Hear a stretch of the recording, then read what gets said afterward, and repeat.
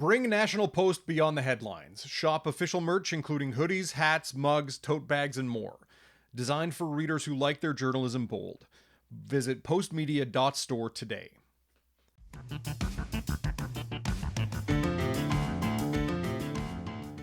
The 2026 World Cup kicks off this week with games being played in Canada for the first time. Canadian soccer star Alphonso Davies, though plagued by injury, remains a key figure in the national program and will be one to watch in the tournament. I'm Dave Breckenridge and this is 10-3.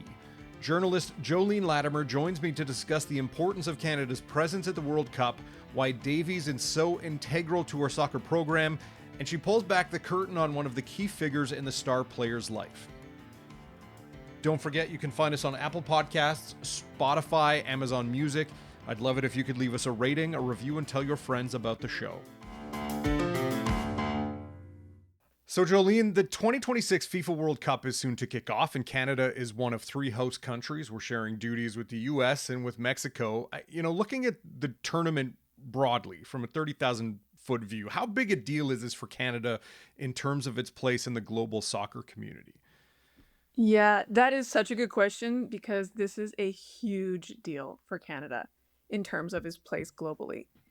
Canada has spent decades as a soccer afterthought, and now you can see the tide is really, really turning on that. I mean, if you zoom back to 1986, the original men's team that went to the World Cup didn't score a goal, and then they didn't return to the World Cup for 36 years. Now the conversation is totally different. Canada is hosting. It's not a novelty. FIFA sees North America as one of the big growth markets for the sport, and Canada has turned into a legitimate soccer nation. The women have won Olympic gold. On the men's side, there are a lot of men who play in top European leagues, and across the continent, soccer has become one of the favorite sports of in the continent. So there was just a poll released through The Economist that showed soccer eclipsed baseball as the 3rd most favorite sport in the US, which is crazy because baseball is considered America's pastime. Mm-hmm. And now soccer is really starting to take over. So the fact that Canada is hosting in a moment like this, it really means a lot. Yeah.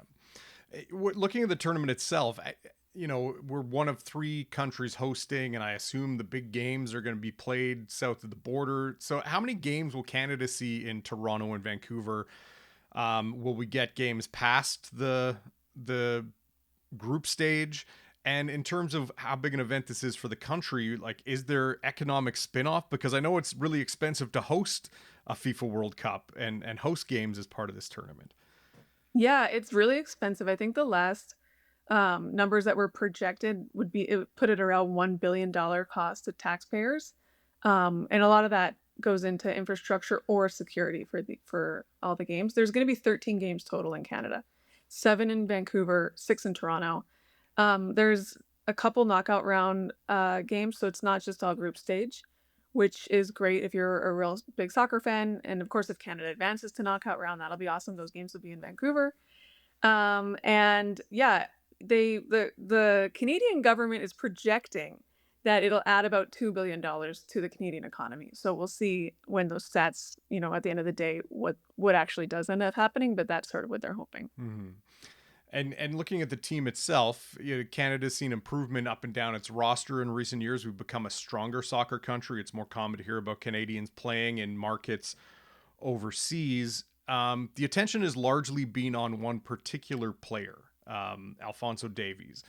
He's an Edmonton product. A lot of people know his story, and we'll talk a bit more about his story in a little bit. But I'm curious, how integral is he to the Canada soccer program? Is he the key player as far as Canadian soccer goes in the world? He is the face of the program. He is by far the best player on the team. There have been great Canadian players before him, but no Canadian has ever reached his level of international acclaim. So I think it's fair to say that he is the best player on the team, the face of the program. At the same time, Canada isn't just a one-man team. There are a lot of other big contributors. I mean, you think of someone like Jonathan David, who's the top goal scorer for Canada, who's very able to step in and contribute on the pitch. So while Alphonso Davies is certainly the most recognized and definitely the best player on the team, the program has gotten to a point where it does have some depth. They're not just relying only on him. Yeah. And I mean, unfortunately for Davies himself and for Canadian fans who were perhaps hoping to see him at some of these World Cup games, he's coming off yet another leg injury. I believe this is his second hamstring injury. Um, when is it anticipated that he'll see action in the World Cup? Do they anticipate he'll be playing group stage games? Will they be waiting for the knockout stages, or is the national coach kind of cagey about the progress regarding that injury? There has been a lot of like different stuff in the media that's been said in the last couple days about this. So just to set the stage for any listeners who don't know a ton about soccer, for Davies, this is, he was a soccer prodigy from Edmonton, and he's playing overseas in on one of the biggest soccer teams in the world. And he was instrumental. Well, I won't say instrumental, but he had a really like impassioned speech when they were originally considering giving the World Cup to North America. So he's really wanted to have this World Cup in North America, obviously play, obviously represent Canada. He officially became a Canadian citizen in 2017.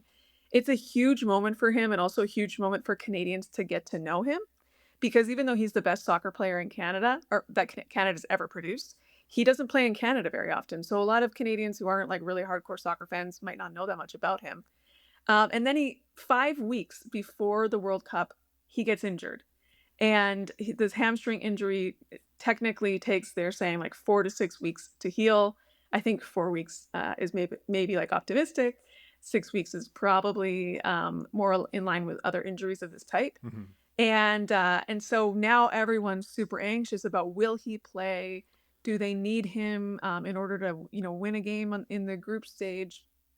And then you layer that on with a couple of, I would say, like communication oopsies with the team. So Alfonso a couple of days ago got on a podcast, and it's been deleted, but he said that he for sure wasn't going to play in that, or I don't know for sure, but he said he wasn't going to play in the first game. Okay. Which is taking place in Toronto on June 12th. Yeah. And then he quickly walked that back at the Montreal friendly. He did like a quick, like I think like 8-minute availability at the friendly, which he usually doesn't do a lot of availabilities like that. And he said, no, that's not for sure. Anything is possible in life. Maybe I will play. So it's been a little bit of a back and forth. And then obviously Jesse, the coach, has also been saying things back and forth. I heard Jesse say at the Edmonton friendly that the team was hoping to their main goal was to make it long enough in the tournament for Alphonso to be able to make meaningful contributions. So what I heard from that, what I kind of deciphered from that, was that they're not expecting him to play big minutes in the group stage, and if they do make it into the knockout round, then that would be where he plays a bigger role. Yeah, give him time to heal up a bit and address some of those issues, because I know it's not his first hamstring injury and it's not his first leg injury. It's been a couple years of kind of ups and downs for him, hasn't it? Yeah, he's struggled a little bit with the injury bug. He had that ACL injury about just over a year ago. And then, he came back from that in December.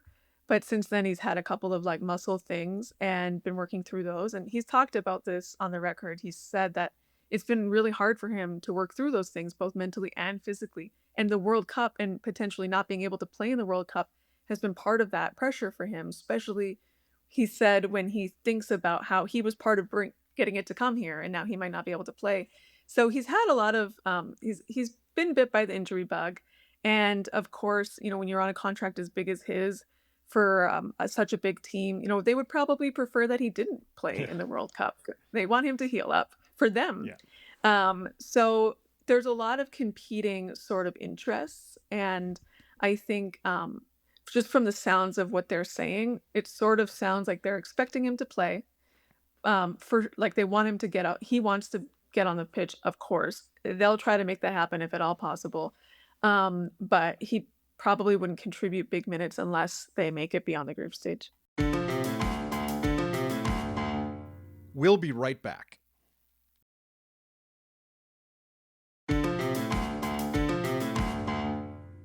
Now, a bit more attention on Alphonso Davies now. You recently wrote a piece for National Post, which can be found at nationalpost.com. And one of the things I found really interesting about it was it highlighted really an interesting dynamic with Alphonso Davies. He's probably Canada's best known soccer player. And there's lots of people who in Canada who know of his story of coming to this country and having lived in a refugee camp in Ghana and taking up the sport at a young age and becoming, as you said earlier, a bit of a prodigy. Um, but beyond that, there's not a lot that people know about Alphonso Davies, and he's kind of a really guarded person. And even in your story, you talk about kind of the challenge of even getting some time with him and questions coming by way of email. With such a pivotal moment for his career happening right now, he helped. He advocated for the games to come here. He wants to represent Canada on the world stage, on home turf. How's he been able to navigate these waters? Do we get a sense that, we have someone around him or a team of people around him that are helping him steer through all of this? Or is even that a little bit of a mystery? Yeah, it's interesting. As I talk to different people about him, whether it's just people who don't really know anything about sports or whether it's sports reporters who've been in the game for a long time, he does seem kind of shrouded in mystery. Like people just don't know a lot about him, aside from that one little biography line that he's came here as a refugee. And, I've always just been curious, like, to know more about that story. So, as I dug into it, I came to find out that his agent and him have a uniquely close bond. They're very connected. His agent was actually a family friend. We can get into it, but yeah, he really, really, really relies on people who have been around him from day one. He keeps his circle extremely small. Is what he said to me when he emailed me. And and that's different from a lot of sports stars of his stature who really, either go hard on the partying is one thing or are really like the younger generation today are very conscious about building their brand. He doesn't seem that interested in either one of those. Mm-hmm. He's just really interested in, from what I can gather, in keeping his circle tight and in relying on the people who've always known them. And one of those people is Nadal Hosey, who is his agent. And how did he come to meet Nadal Hosey? You mentioned like they go back a number of years. What's the story of that connection? Yeah, so Nadal was a family friend, and the way he became a family friend is through Nadal's son Adam, who is about the same age as Alfonso. And Adam told me that the very first time he met Alfonso when they were like preteens was that they were playing each other in like youth soccer in Edmonton, and uh, they were Alfonso from the first whistle just comes out and you know uh, scores a goal right off the first whistle. And everyone's staring at him like, who is this kid? Because I guess he just, he was just so fast and kind of just demolishing everybody on the field. I think the end game or end score of that game was like 9-2 for Alfonso's team. And so Adam's first time meeting Alfonso was in the handshake line saying good game. And ever since that meeting, Alfonso really stuck out to Adam. And then a couple years later, they were on the same team. They became really good friends. And Alfonso sort of became part of the Hosey family. So he would just come over for barbecues with all the aunts and uncles, and he would hang out at the house, just on an average school night, even if they didn't have soccer, and the boys would be playing scooters or they'd play video games, or Alfonso would make up games. He was like always really creative and funny, Adam said, when they were kids, and always coming up with weird stuff to do. And so that's how Nadal first met Alfonso. And the way the friendship kind of developed is that, well, Nadal was coaching actually minor soccer for a while, those two boys when they were on the same team. And he would take, it wasn't just Alfonso, there were some guys on the team whose parents couldn't afford the registration fees or they couldn't afford equipment. So Nadal would cover the fees, he would cover the cost of equipment, he would take the boys shopping to Sport Check at the beginning of the season and, buy everybody cleats and pay for it all at once so nobody felt bad. And then, those same boys, they couldn't get rides to soccer because their parents were working. So Nadal would go pick everybody up, take them to soccer, take them out for dinner after, take them for Slurpees, as is the rite of passage in youth soccer. And they developed such a strong relationship that Nadal said that Alfonso kind of just became like another son to him. So how do we go from this, this coaching relationship, this kind of familial type relationship to Nadal carrying on with Alphonso Davies through his career? I assume at some point as he grew as a player, he was playing for different teams and with different coaches, and then we all know he went out to Vancouver to the Whitecaps development program. And how did Nadal Jose stay with the Davies family and transition to this role as kind of this guide and agent and point person for this, otherworldly professional career? Well, it wasn't something he wanted at all. He actually like said no to this at first because he was running a sort of like construction services company that was doing really well. Between like I think it had between like 60 or 70 employees. Like he didn't it was not looking for a job. Originally, he was just kind of helping Alfonso with sort of like the like contracts here and there, like when the Whitecaps came calling for their youth development program. Alfonso's mom didn't want to send him to Vancouver because she was worried that he would end up, that this soccer thing wouldn't pan out and that he would not finish school and he would end up on her couch like a 25-year-old who needed an allowance. And she was like, This is not going to happen to my son. I don't want to send him. He needs to just go to school and be a good boy. So Nadal kind of advocated for him to go to Vancouver. And the whole reason that he even went is because Nadal took Alfonso's mom out to Vancouver and they met with the host family and they got all the school stuff sorted. And then Nadal would travel out to Vancouver once a month because he was kind of already going there for work anyway and check on Alfonso. So, and at that time that Nadal, then the Whitecaps had a contract. And so Nadal kind of facilitated signing that. There wasn't really anything to negotiate. But that was sort of his first act as an agent, if you will. But he never intended for it to really go beyond that. When Alfonso was sort of making a name for himself around ages 15, 16, a lot of big agents came calling. And they would even offer Nadal like money to convince the family to sign with them. There was one agent that flew Nadal and Adam and Alfonso out to New York and kind of gave them this extravagant New York experience. They went to a fight, they went to all the best restaurants, they stayed in a nice hotel. They were really wining and dining Alfonso. And so Nadal, sort of collected all of the proposals from these agents.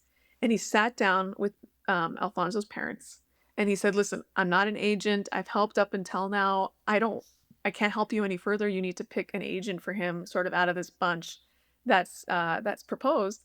And I can help you walk through the pros and cons of everybody. But I'm not going to be a soccer agent, so I can't do this anymore. And it was Alfonso's mom who said, listen, you've been there for us from day one. We've always trusted you. We have no reason not to trust you. Why don't you just be his agent? And eventually, obviously, they convinced him and he became a soccer agent. And as I understand it, he's made a bit of a practice of it. It's not just Davies that he's representing currently. Yeah, Correct? he has about 25 clients on his roster right now. He really has a heart for people who are considered underdogs or sort of overlooked, or people whose backstories are a bit more difficult. Like if they don't have the most powerful passport in the world, and it's kind of hard for them to get work visas and stuff like that. He'll work with people like that. Okay. That's really where his passion lies. How does Alphonso Davies feel about this relationship? And I guess how does Nadal feel about it as well? That they kind of have come up together in this industry, and obviously Davies relies on his agent, and I imagine there's kind of a back and forth relationship between the two of them, but it's anchored in years together. Yeah, it's anchored in just a very, very deep trust. And as I was reporting this, I had this question like, why would you pick somebody who doesn't have any experience being an agent to be your agent when you could pick literally anybody? And I realized that for Alfonso, the number one priority is trust. Other people have other priorities. Mm-hmm. Some people are willing to kind of work with someone they don't trust that much if they know that that person, is at a big agency that can maybe package them in a deal with a movie star for a movie or for a commercial. Like that could be like a reason that someone wants to go with a more traditional agency. Some people, want to work with others who have expertise. I don't know, helping players get into coaching or helping or who have contacts at a really good relationship with a certain organization. But for Alfonso, the number one thing for him is somebody who he trusts. And I think one of the reasons that he trusts Nadal so much is not just because Nadal was there for him as a kid when he needed it the most, but also because that they have this shared immigrant backstory. Um, Lastly, and back to the World Cup as we wrap up. People who want more of this story can check out nationalpost.com. It is a really fascinating story. It's a great read.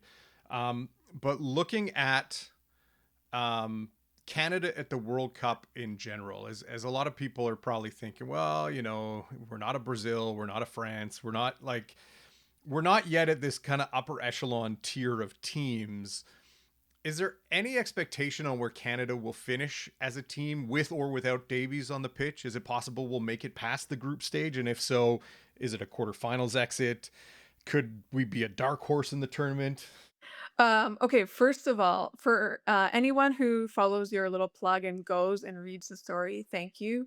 Because you work so hard on stories like these. It's a lot of work to get a big feature like this across the board. So anyone who reads it, you are my new best friend. Um, well, I actually have a question for you. Do you think Canada's going to be a dark horse here? I don't follow soccer enough to actually have Okay. any indication. I assume that if we make it past the group stage, it'll be an earlier exit, like quarterfinals or that's the Yeah. first elimination round is a quarterfinals. Yeah, so I'm basing my opinion on what I heard Jesse Marsh say that I kind of mentioned earlier, that he said that the game or the team's motivation is to get Alfonso like meaningful minutes, basically. Hmm. I'm paraphrasing, Yeah. but that's basically what he said. And that wouldn't happen until the knockout round. So I think the fact that they would feel like accomplished if they made it past the group stage, I think really indicates like what we can expect from them as far as performance. So I think yeah, the last World Cup they were there. Alfonso scored the first goal in for Canada in World Cup history. That was an accomplishment. But I think now actually winning something and getting to the next level would be considered a huge accomplishment for them. So yeah, even though they're not expected to go deep in the tournament, Yeah. especially because they have a lot of injuries, not just Alfonso. They're plagued with the injury bug right now. So I think, yeah, based on what their own words that they've said, I think a knockout round appearance would be an accomplishment for them. All right. Well, on that note, we'll leave it there. Jolene, great piece. Thanks very much for your time. Thank you for having me. 10-3 is produced by Sean Knox. Theme music by Bryce Hall. Thanks to my guest, Jolene Latimer. You can read her full story at nationalpost.com. I'm Dave Breckenridge. Thanks for listening.